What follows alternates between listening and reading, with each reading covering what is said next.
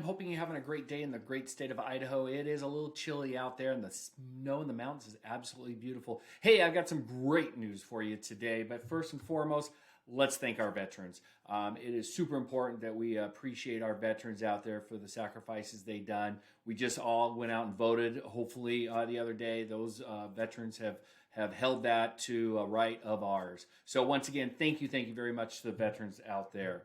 Hey, baby, rates. We are going to talk about rates. That's all we're going to talk about, but it is awesome news about rates today. So, consumer price index. I have been talking about this for months now. We waited until the 10th for the consumer price index to come out. We hope, we wish, we prayed for a good, nice, low number, and bam, we got it. So let's talk about this really. So in October of last year, the consumer price index came in at 0.6. We really needed it to come in lower than 0.6 because that means hopefully what the Fed is doing is lowering inflation, which means rates will lower. So what happened? We actually came in at a 0.3, 3/10 less than last time, and actually a tenth of a point less than what was expected. This was a huge number. This was a great relief, a huge sigh of relief for the industry. And because of that, the bond market bought in, and the stock market bought in, and everybody that held cash went great. Everything was great yesterday, of course, except Bitcoin on it. So what did that do? How did that affect rates? So this is rates. So if you've ever seen my charts before, green is good, red is bad. That is a beautiful candlestick chart. And that means that rates improved dramatically yesterday. So I want to put this in a little bit of a context for you on rates. And what we're going to do is we're going to look at a 2-year history of rates. So over there in the red area, that's when rates really bottomed out. Those were those 2%. 1.99% rates. And since then, you can see we fell off the face of the earth. Once again, as this chart goes down, interest rates go up. But as some context, you can see our little green right there. It was very nice yesterday. So what happened yesterday? Rates actually improved 200 basis points. What that drills down to actual mortgage rates is it should have actually dropped mortgage rates by a full percentage. Yes. You heard me right, a full percentage. We should have gone from about a 7.2, 7.25, all the way down to about a 6.2, 6.25. We ended up just in about a 6.3, 6.4 range. And the reason for that is mainly because of the long weekend. They wanted to kind of hedge their money a little bit for this long 3-day holiday weekend in the United States, just in case something stupid happens, like Russia does something stupid or Iran does something stupid over the weekend.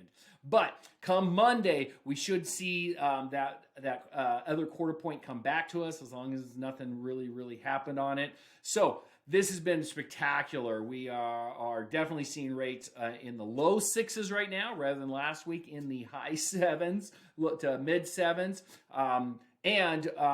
There's really no more economic data out for the rest of the month that should cause rates to go up. Now, with that being said, next month is critical. We have the Federal Reserve that meets on the 14th. So the Federal Reserve meets on the 14th. I believe on the 13th, we get the next consumer price index out. Now, that's a 0.5. Again, we need to show that something is less than. So hopefully we get a 0.3 to replace a 0.5. That's where we've kind of been seeing some talk about numbers in.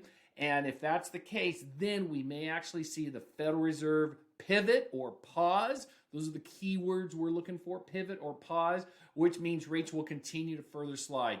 2 talking heads yesterday indicated that they feel, and these were pretty good people, indicate that they feel that by first quarter, at least first half, we should see rates in the mid to low 5s, maybe even the high 4s. That would put FHA and VA rates down into the low 4s. And we could actually see a sigh of relief in the real estate industry. Now, one thing I am really watching for is how the media portrays these rates.